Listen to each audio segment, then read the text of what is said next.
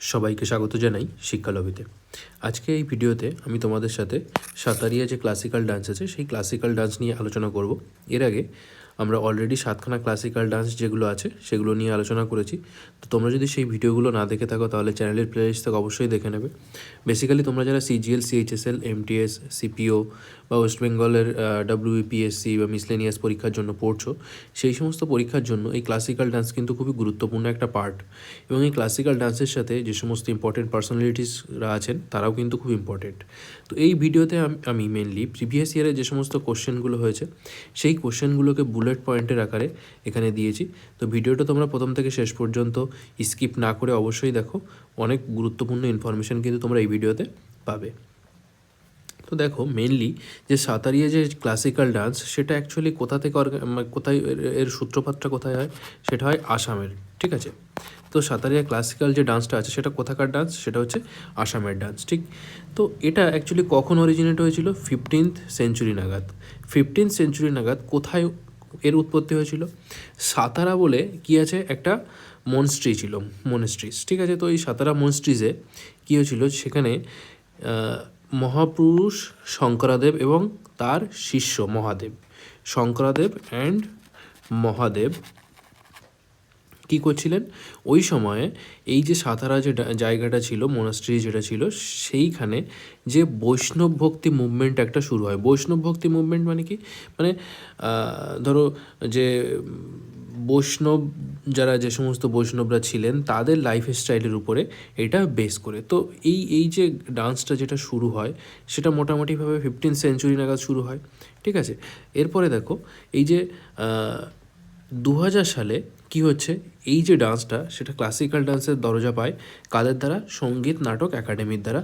সাতারিয়া যে ক্লাসিক্যাল ডান্সটা আছে সেটা কি হচ্ছে, সাতারিয়া যে ডান্সটা আছে সেটা ক্লাসিক্যাল ডান্সের মর্যাদা পায়। ঠিক, এরপরে দেখো মেনলি যে সাতারিয়া ডান্সের যে থিম, সেই থিমটা অ্যাকচুয়ালি কী হচ্ছে, রাধা কৃষ্ণর প্রেম লীলা, যেটা রাসলীলা নামে পরিচিত। হ্যাঁ, ঠিক আছে, সেই রাসলীলার উপরে বেস করে কি হচ্ছে, এই ডান্সটা পারফর্ম করা হয়। ঠিক আছে, এখানে যে ড্রামা আছে সেটা কে লিখেছেন? সেটা শঙ্করাদেব লিখেছেন এবং অন্যান্য যারা মনীষী যারা ছিলেন তারা লিখেছেন। তো সাতারিয়া ডান্সটা অ্যাকচুয়ালি কী হয়, সাতারিয়া যখন ডান্সটা মানে সাতারা যে মোনাস্ট্রি যেটা ছিল সেইখানে কী হতো, প্রথমে অঙ্কিয়া নাট হতো। অঙ্কিয়া নাট কথার অর্থ কি? কোনো একজন মানে ইন্ডিভিজুয়াল কোনো একজন মনীষী তিনি কী করতেন, প্রথমে এই ডান্সটা প্লে করতেন। আস্তে আস্তে সেটা কি হলো, অল ওভার ইন্ডিয়াতে সেটা ছড়িয়ে পড়লো। ঠিক আছে, বা বিভিন্ন জায়গাতে ছড়িয়ে পড়লো এবং পরবর্তীতে বিভিন্ন স্টেজে পারফর্ম হতে থাকলো, যেখানে মেন এবং ওমেন সবাই মিলে কী করলো, এই ডান্সটাকে পারফর্ম করতে থাকলো। তো এই যে অঙ্কিয়া নাট, যেটা মেল মঙ্ক যারা ছিলেন তারা যখন পারফর্ম করতেন তখন তাদেরকে কি বলা হতো? ভোকত বলা হতো। ঠিক আছে, ভোকতস। ঠিক আছে, ইন মোনাস্ট্রিজ। তো ইনিশিয়ালি কী হতো, মোনাস্ট্রি যেগুলো ছিল, মোনাস্ট্রিতে কী হতো, অঙ্কিয়া নাট হতো। যারা অঙ্কিয়া নাট করতো তাদেরকে কী বলা হতো? ভোকত। ঠিক আছে, এবং আস্তে আস্তে কী হয়, এটা ওয়াইড স্প্রেড হতে থাকে এবং পরে এটা কী হচ্ছে, তোমার মেন এবং ওমেন যারা আছে সবাই মিলে স্টেজে পারফর্ম করতে থাকে বিভিন্ন প্লেসে। ঠিক আছে, তারপরে দেখো আরেকটা জিনিস, যেটা এই যে ক্লাসিক্যাল ডান্স যেটা আছে সেটার মধ্যে অ্যাকচুয়ালি কী হয়, তোমার এই যে মাটি আখাড়া বলে যে জিনিসটা আছে, মাটি আখাড়া জিনিসটা কি, যেখানে তোমার পরবর্তীতে এই যে ক্লাসিক্যাল ডান্স আছে সেটা প্র্যাকটিস হতে শুরু করে। ঠিক আছে, তো এখানে টোটাল কি হচ্ছে, 64খানা ফান্ডামেন্টাল এক্সারসাইজ আছে, যেটা মাটি আখাড়াতে কী করা হচ্ছে, প্র্যাকটিস করা হচ্ছে। ঠিক আছে, তো এখানে দেখো দুটো টাইপের ডান্স হচ্ছে।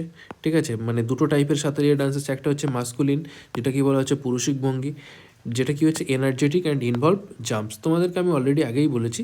তো যেটা মাস্কুলিন হয় সেটা কি হচ্ছে, তাণ্ডব স্টাইল।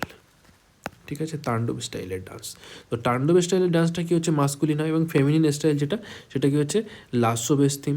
ঠিক আছে, স্ত্রীভঙ্গি বা লাস্যবেশ থিম, যেটা কি হচ্ছে জেন্টেল এবং গ্রেসফুল হচ্ছে। ঠিক, ওকে। তো এরপরে দেখো এখানে যে কস্টিউম যেটা থাকে, মেল ডান্সার যারা আছে তারা কী পরছে, ধুতি, চাদর এবং পাগড়ি পরছে। আর ফিমেল ডান্সাররা মেনলি কী পরছে, শাড়ি পরছে। ঠিক আছে, যেটা কী বলা হচ্ছে, পাটের সিল্ক শাড়ি। ঠিক আছে, পাট silk sari is the most popular kind of sari used in this dance. মানে পাটের শাড়ি মেনলি ইউজ হচ্ছে। এছাড়াও ফিমেল ডান্সাররা কী করছে, হালকা মেকআপ করছে, বা তাদের যে কী বলছে ডান্সাররা কী পরছে, হোয়াইট ফ্লাওয়ার, চাদর, ঘুড়ি, কাঁচি, ঠিক আছে, যেটাকে ওয়েস্ট ক্লথ বলা হচ্ছে, তো এইগুলো পড়ছে, ঠিক। আচ্ছা, এখানে যে মিউজিক এবং ইনস্ট্রুমেন্ট যেটা ইউজ হয় সেটার মধ্যে সব থেকে গুরুত্বপূর্ণ কী হচ্ছে, যে মিউজিকটা ইউজ হয় সেটা হচ্ছে বোরগীত, ঠিক আছে। এই বোরগীতটা কে লিখেছেন? বোরগীতটা লিখেছেন মেনলি শঙ্করদেব আর মহাদেবের যে লেখা, ঠিক আছে, সেই বোরগীত কিন্তু এখানে তোমার পারফর্ম হতো, ঠিক আছে। আচ্ছা, এরপরে দেখো যে ইনস্ট্রুমেন্ট যেগুলো ইউজ হতো সেগুলোর মধ্যে কী আছে, সেগুলোর মধ্যে আছে খোল আছে, তাল আছে, তারপরে কী আছে, বাঁশুরি আছে, যে ফ্লুট, মঞ্জিরা, ভায়োলিন, সিম্বল, এগুলো আছে, ঠিক আছে, হারমোনিয়াম, এই সমস্ত ইনস্ট্রুমেন্টগুলো কী হচ্ছে এখানে ইউজ হচ্ছে, ঠিক। আচ্ছা, এরপরে দেখো ফেমাস পার্সোনালিটিস যেগুলো আছে, ফেমাস পার্সোনালিটিসের মধ্যে কে কে আছে? প্রদীপ চালিয়া, যতীন গোস্বামী, অনিতা শর্মা, গুরু ইন্দিরা পিপি বোরা, ইনি হলেন ইন্দিরা পিপি বোরা, ঠিক আছে, আনন্দমোহন ভগবতী, ঠিক আছে, শারদী সাইকিয়া, রঞ্জুমণি সাইকিয়া।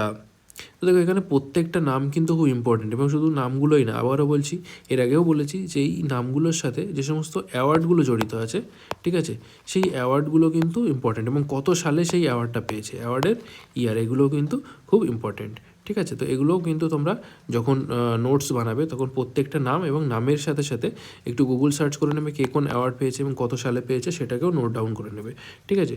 এছাড়াও আমি পরবর্তীতে ইম্পর্টেন্ট পার্সোনালিটিস যেগুলো আছে তাদের একটা ভিডিও নিয়ে আসবো, ঠিক আছে, শর্ট ভিডিও, যে ভিডিওতে আমি তোমাদেরকে এদের সম্বন্ধে, প্রত্যেকের সম্বন্ধে ডিটেলসে ডিসকাশন করে দেবো। তো চলো, আজকের ভিডিওটা এখানেই শেষ হচ্ছে। খুব শর্ট একটা ভিডিও আমি নিয়ে এসেছি, খুব অল্প ইনফরমেশান, কারণ সাঁতারিয়া থেকে এইটুকু ইনফরমেশানই এনাফ তোমাদের জন্য, ঠিক আছে। তো ভিডিওটা একবার দেখে যদি না হয় আর একবার রিওয়াইন্ড করে দেখে নেবে। তো চলো, আজকে ভিডিওটা এখানেই শেষ হচ্ছে। যদি ভালো লাগে তাহলে আমাদের চ্যানেলটি অবশ্যই সাবস্ক্রাইব করে নেবে, ভিডিওটা বাকি বন্ধুদের সাথে অবশ্যই শেয়ার করো।